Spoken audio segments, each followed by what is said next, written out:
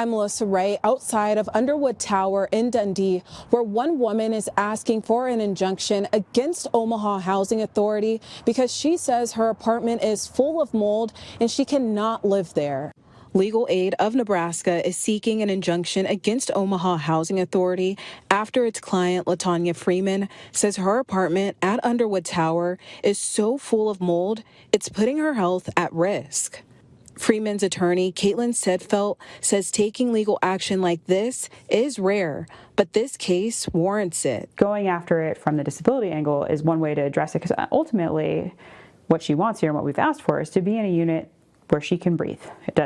It's not a huge ask. She just wants to be somewhere where she can equally enjoy her housing. Freeman is one of many tower residents I've talked with over the course of several months. Right, there's mold in her unit. We've had a mold expert go in and test it for both airborne testing, surface testing, and they took a bulk sample, which basically means they scraped some of the fuzzy things growing in the shower off and tested them. Freeman sent me photos of the fuzzy things in her bathroom. This is what it looks like.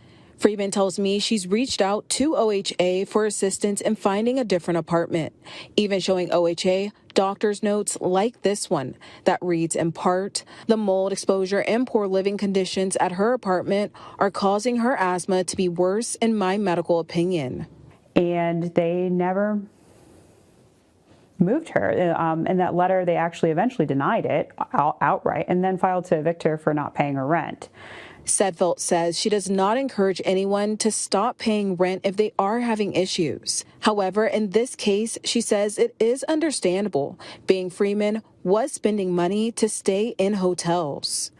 And so she has very limited income. She's on Social Security. So someone like that doesn't have a lot of choices. And I think it's very understandable. According to the press release from Legal Aid of Nebraska, Freeman is considered disabled and has asthma that she manages with the help of inhalers.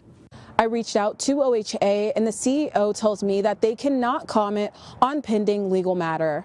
In Dundee, I'm Melissa Wright. As our dedicated reporter for the neighborhood, Melissa's brought us different perspectives, trying to advance understanding to questions like how did we get here and what's next? For those stories, visit 3newsnow.com and search Underwood Tower.